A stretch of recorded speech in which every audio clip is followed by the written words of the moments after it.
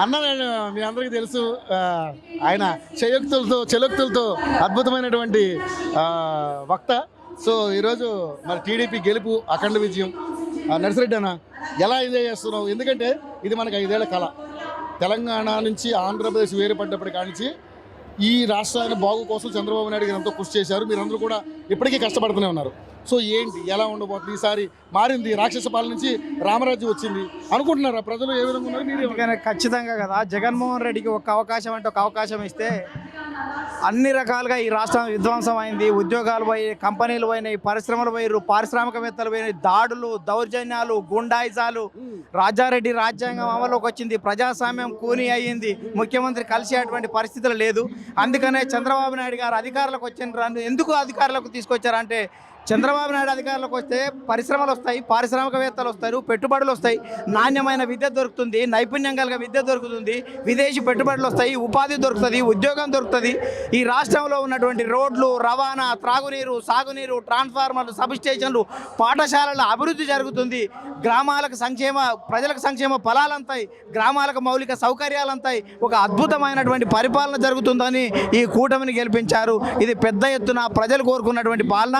Janasena, Telugu Desam, Bharatiya Janata party ముగ్గురు కలిసి ఏకమై ఏకతాటిపైకి వచ్చి ఇవాళ కేంద్రం సహకారంతో రాష్ట్రం అన్ని రకాలుగా కూడా ప్రజల ఆకాంక్షలు నెరవేర్చవలసినటువంటి బాధ్యత ప్రధానంగా మా మీద ఉంది. ఖచ్చితంగా నెరవేర్చడం కోసం ఈరోజు ప్రమాణ స్వీకారం చేసిన నాటి నుంచే మొదలవుతుంది అనేది అర్థమవుతుంది. చంద్రబాబు నాయుడు గారు నిన్న మన ఒక మీటింగ్లో కూడా చెప్పారు, ఇది అధికారుల పాలన కాదు, ప్రజాపాలన చూస్తారు, నాయకుల పాలన చూస్తారు, ప్రజలతో మమేకమవుతాను, ట్రాఫిక్ను కూడా అంత జనం కోసం, జాతి కోసం, పేదల కోసం, బీదల కోసం జనం గుండె మధ్య ఉంటాను, జనంతో ఉంటాను, జనం అభిప్రాయాలు తీసుకుంటాను, లీడర్ల అభిప్రాయాలు తీసుకుంటాను. ఖచ్చితమైనటువంటి అద్భుతమైనటువంటి పరిపాలన మా నాయకుడు అందిస్తాడు. ఖచ్చితంగా ఈ రాష్ట్రానికి మంచి రోజులు వస్తాయని సందర్భంగా గుర్తు చేస్తున్నాను. పరదాలు కట్టుకుని తిరిగే పరిస్థితి ఉండదు, ఇన్ని చెట్లు నరకడం ఉండదు, రోడ్లు జామ్ చేయడం ఉండదు అని చెప్పేసి కూడా మాట్లాడారు. జగన్మోహన్ రెడ్డి అనేది నా వెంట్రుక కూడా ఎవరు పీకలేరు అంటారు. వెంట్రుక ఎందుకు పీకుతాం, కుర్చే పీకుతామని చూపించినటువంటి పరిస్థితి చాలా స్పష్టంగా చూపింది. అందుకనే ప్రజలు జగన్మోహన్ రెడ్డి గారు ఏది మాట్లాడినా ఇవాళ బలహీన వర్గాలకు, పెట్టుబడిదారులకు, పేదలకు పోరాటం అని చెప్పిండ్రు. పేదలకు పోరాటం అని చెప్తే పేదలు ఎవరో, పెట్టుబడిదారులు ఎవరో స్పష్టంగా అర్థమైంది. ఇవాళ జగన్మోహన్ రెడ్డి ఆస్తులు. అందుకనే జగన్మోహన్ రెడ్డి అధికారంలోకి వచ్చిన తర్వాత ఖజానాన్ని లూటీ చేసిండు, సంపదని కొల్లగొట్టిండు, తర్వాత అప్పుల ఊబిలోకి నెట్టిండు, ల్యాండ్ టైటిల్ లాంటి ఘోరమైనటువంటి తెచ్చి ప్రజల ఆస్తులు కూడా లాగాలనేటువంటి ప్రయత్నం చేసిండు.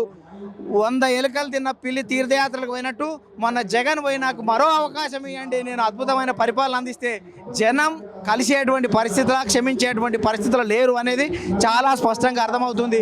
అందుకనే ప్రజానాయకుడు చంద్రబాబు నాయుడు గారు మొదటి నుంచి కూడా జన్మభూమి, ప్రజల వద్ద పాలన, ఆకస్మిక తనిఖీలు, ఫ్లైఓవర్లు, ముందడుగు, ఆదరణ, దీపం, చైతన్య, రోషిని, ఏ పథకాలు పెట్టినా ప్రజల మధ్యన పెట్టాడు, ప్రజల కోసం తిరిగాడు. జగన్మోహన్ రెడ్డి నేను 130 సార్లు మీకు బటన్ నొక్కాను, నాకు 2 సార్లు నొక్కమని చెప్పాను. ఒక ముఖ్యమంత్రి గారేం బటన్ నొక్కేది, ఓ ఎంపీ ఏం బటన్స్ ఇప్పేది కూడా మనం డైరెక్ట్ చూస్తున్నటువంటి పరిస్థితులు ఉన్నాం. అందుకనే బటన్ నొక్కుతాం ఖచ్చితంగా అని కూటమికి నొక్కారు ఇవాళ. అందుకనే జగన్మోహన్ రెడ్డి ఇప్పటికైనా షాడిజాన్ని అంచుకోవాలి.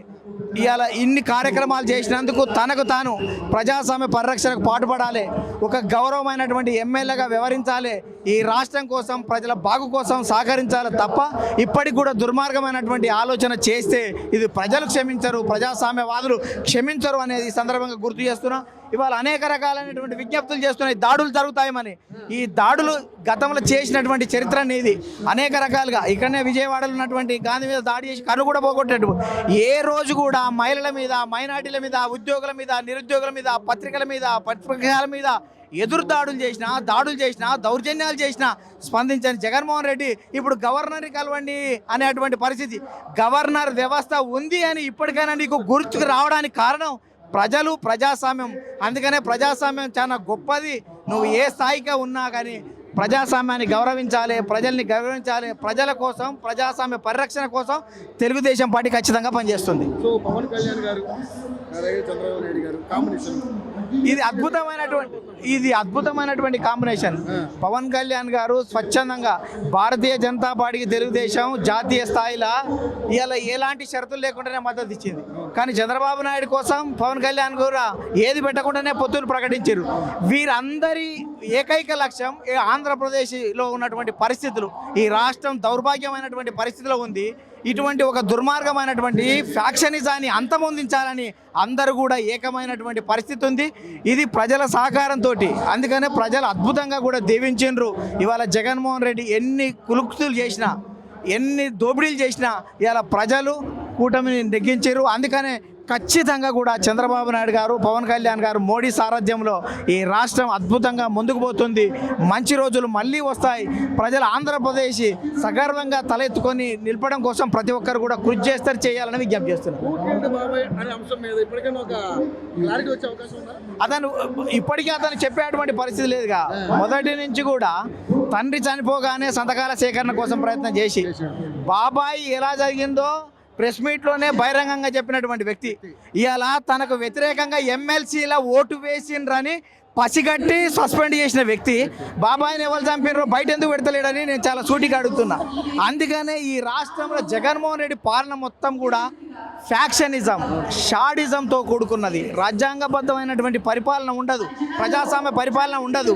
తాను ఎంతసేపటి కూడా బెదిరింపుల ద్వారా, దౌర్జన్యం ద్వారా అణచాలనేటువంటి దుర్మార్గమైన ఆలోచనతోటి సాధిద్దామనుకుంటే కుదరదు. అందుకనే లాస్ట్కి చెప్పేది ఏంటంటే తెలంగాణలో ముక్కోని ఒడగొట్టిర్రు, ఆంధ్రాలో తిక్కోని ఒడగొట్టిర్రు. వీళ్ళిద్దరికి కూడా తగిన శాస్తి జరిగిందని సందర్భం గుర్తు చేస్తున్నారు. Thank you so much.